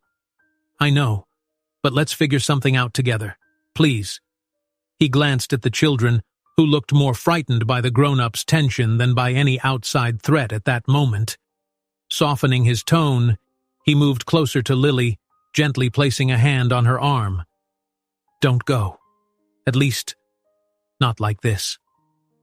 She searched his face, her own expression torn. Then, reluctantly, she nodded. "All right," she said in a subdued voice. "We'll stay. But we need an actual plan, Andrew." Before he could answer, his phone rang, a shrill intrusion that made them all jump. Andrew fished it out of his pocket, glancing at the screen. The caller ID displayed the name of a senior board member he'd been dodging all day. He clicked it to silent, turning his attention back to Lily and the girls.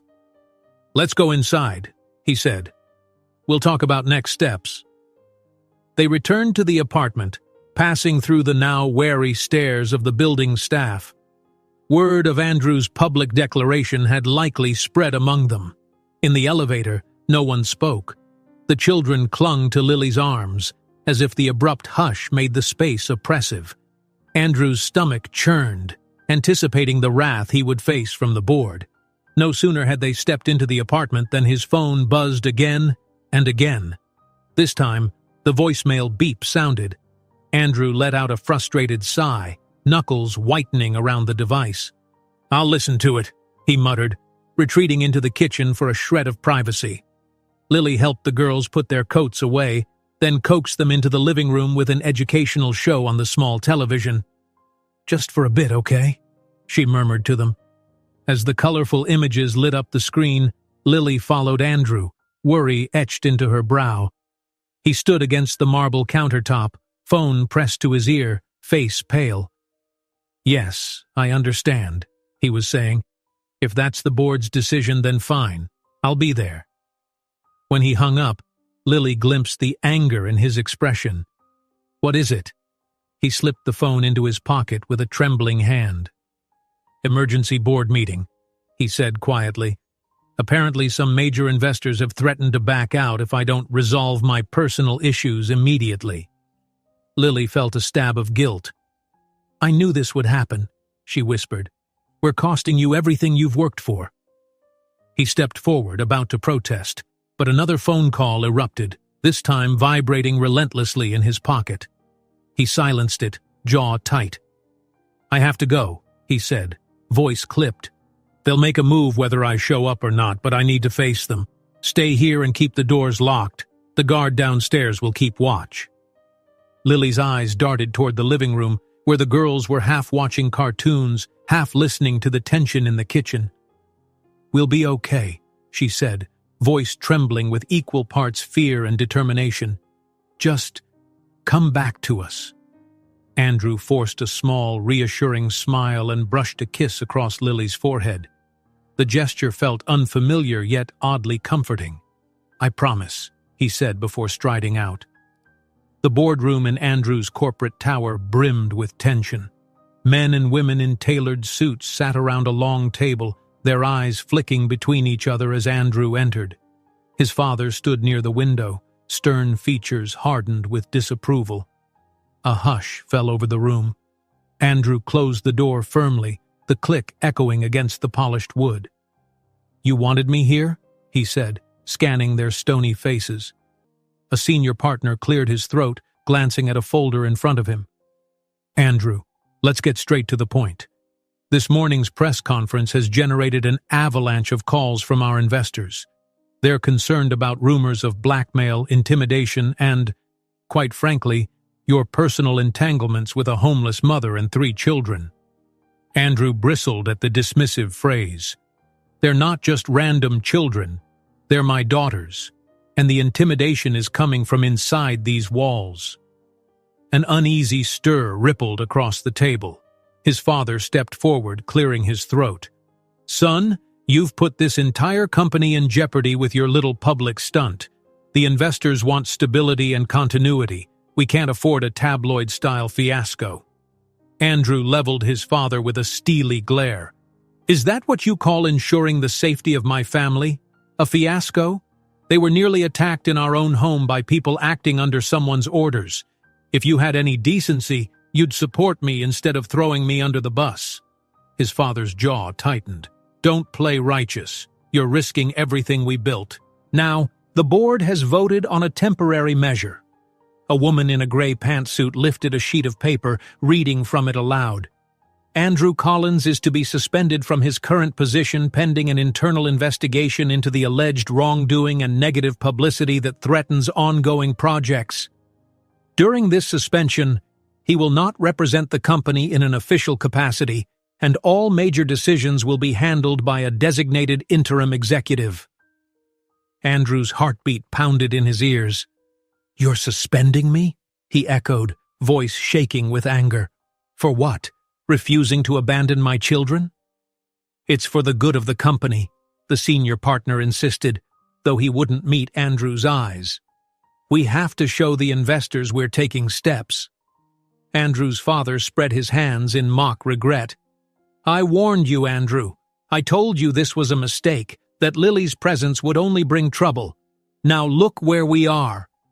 A flash of memory assaulted Andrew, Lily's pained face when she first revealed she'd been threatened years ago, the girls cowering behind her at the shelter, the chaos of the break-in, and all of it orchestrated, or at least encouraged by men and women in suits who believed money justified cruelty. He slammed his hand on the table, making documents flutter. You're all complicit. For years you've turned a blind eye to my father's meddling in my personal life. Now you have the nerve to call me a liability? Voices rose in protest, some board members claiming ignorance, others insisting Andrew was forcing their hand. His father watched with thinly veiled contempt. Fine, Andrew spat. Keep your board seats, keep the investors happy. But understand this, I won't be your puppet. If I find proof of any involvement in threats against Lily, I'll bury each of you in court. A stunned silence prevailed, broken only by a shaky cough from one man near the end of the table.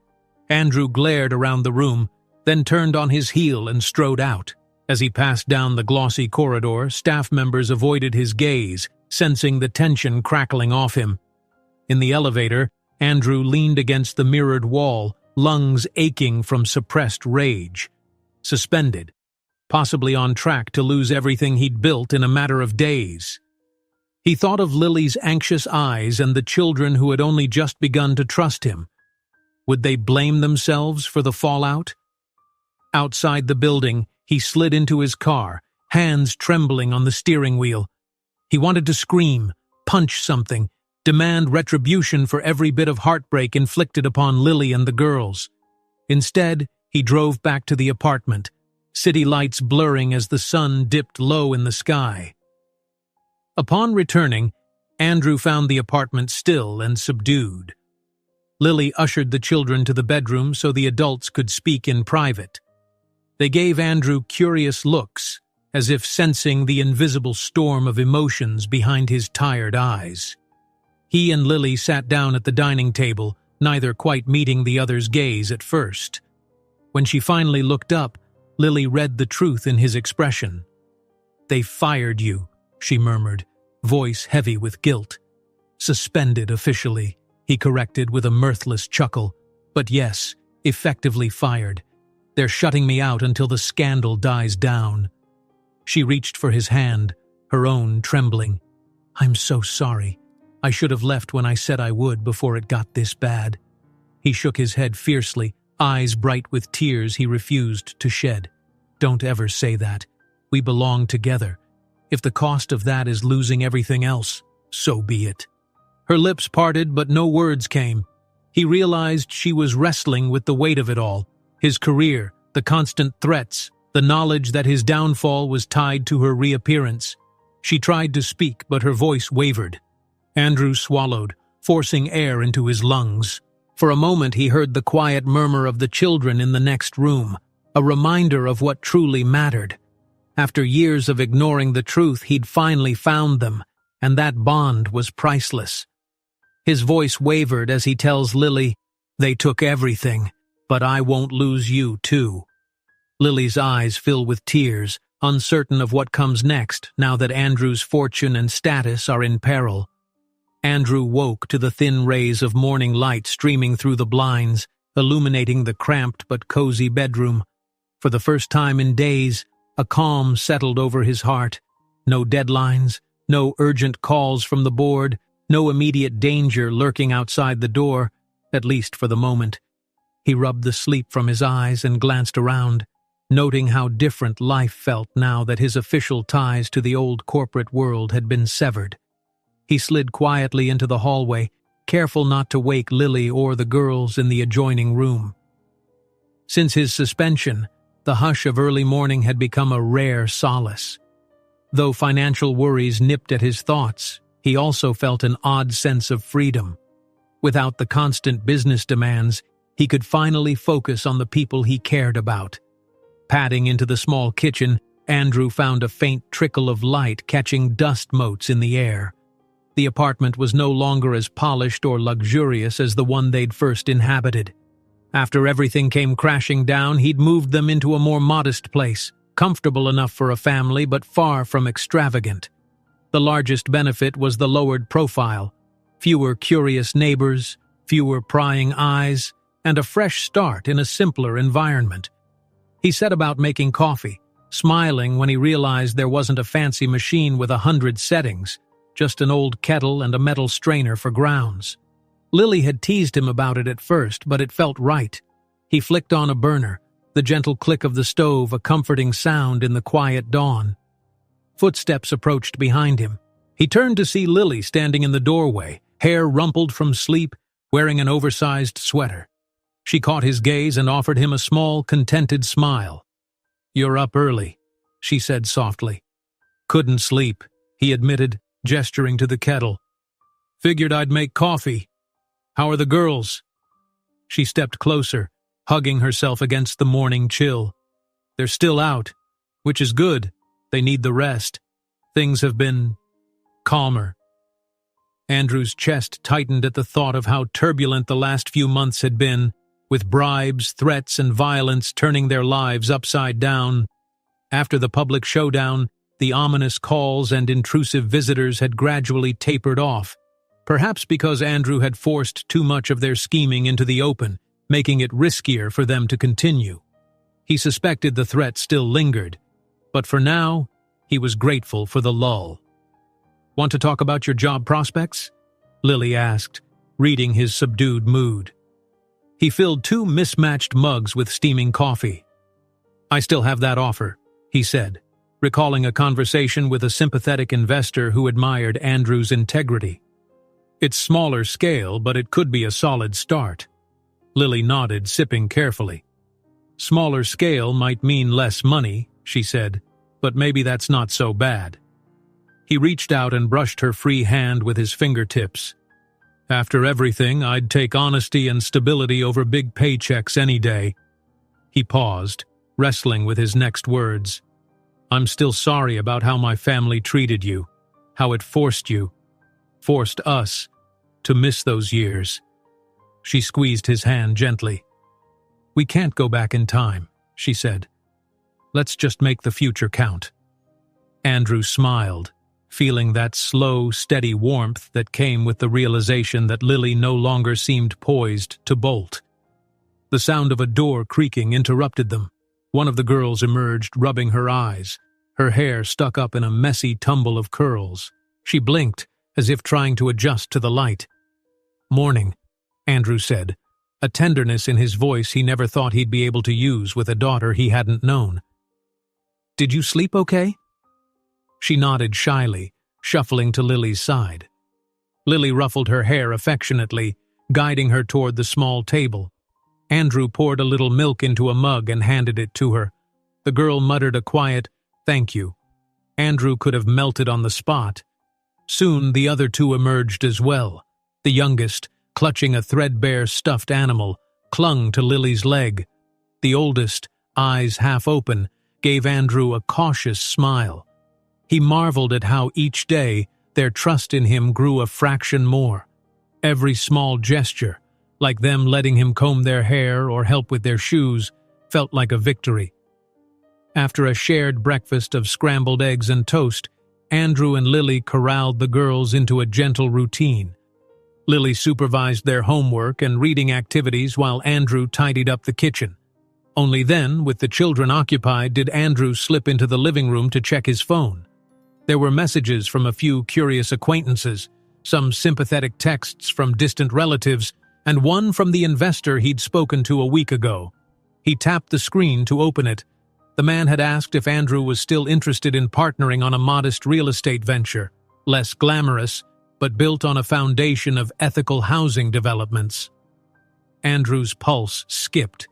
Maybe this was it, the stepping stone to a second chance at a professional life where he could look himself in the mirror without shame.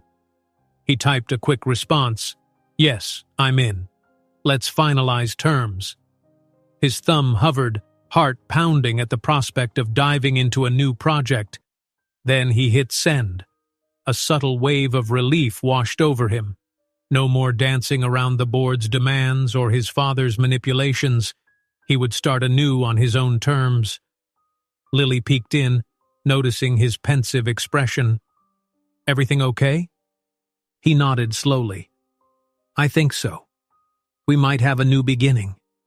She smiled hesitantly, stepping forward to place a hand on his shoulder. "I'm proud of you." The sincerity in her voice stirred something deep inside Andrew, a realization that he'd found far more than he'd lost. Though his old company had been his life's work, it had nearly devoured his humanity.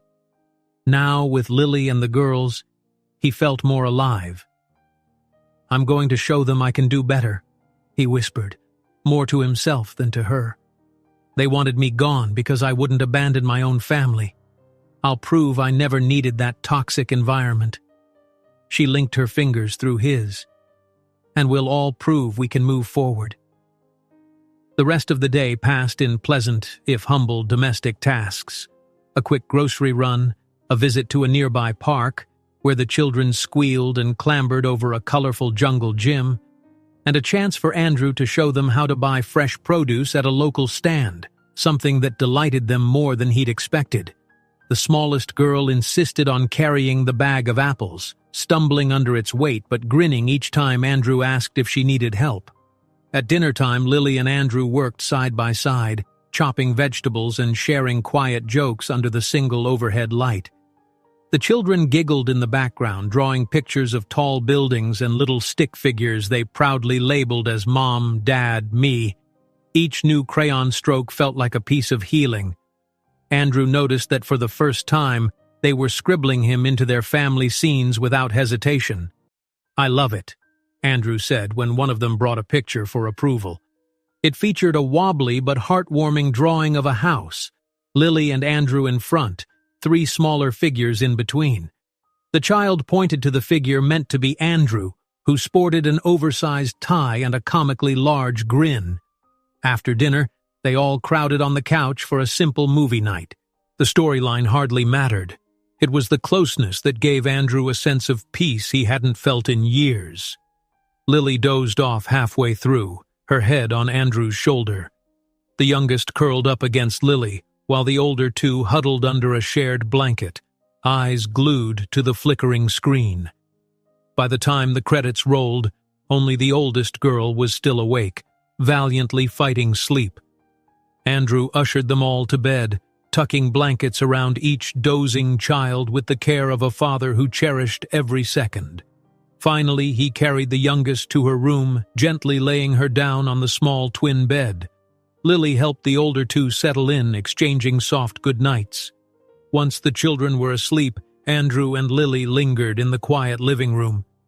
The only illumination came from the streetlight outside and a single lamp by the couch. She turned to him, eyes reflecting a tender mixture of weariness and hope. "We did it," she whispered. "We made it through." He nodded, recalling the intimidation, the board's betrayal, even the physical confrontations that had threatened to tear them apart. They still carried scars, both literal and emotional, but they were here, together. "It's not perfect," he said softly, "and there's a long road ahead, but I'd rather face it with all of you than go back to how things were." A hint of tears shone on Lily's lashes. She leaned in, resting her head against his chest. "Thank you for choosing us over everything else," she murmured. "I know that wasn't easy." He wrapped an arm around her shoulders, pressing his lips to her hair. "No regrets," he whispered. "Not one." In that gentle hush, Andrew thought of the new investor's proposal and how it might shape their future. It wouldn't be a grand corporate empire, but it would be enough to rebuild their lives on honest, transparent ground.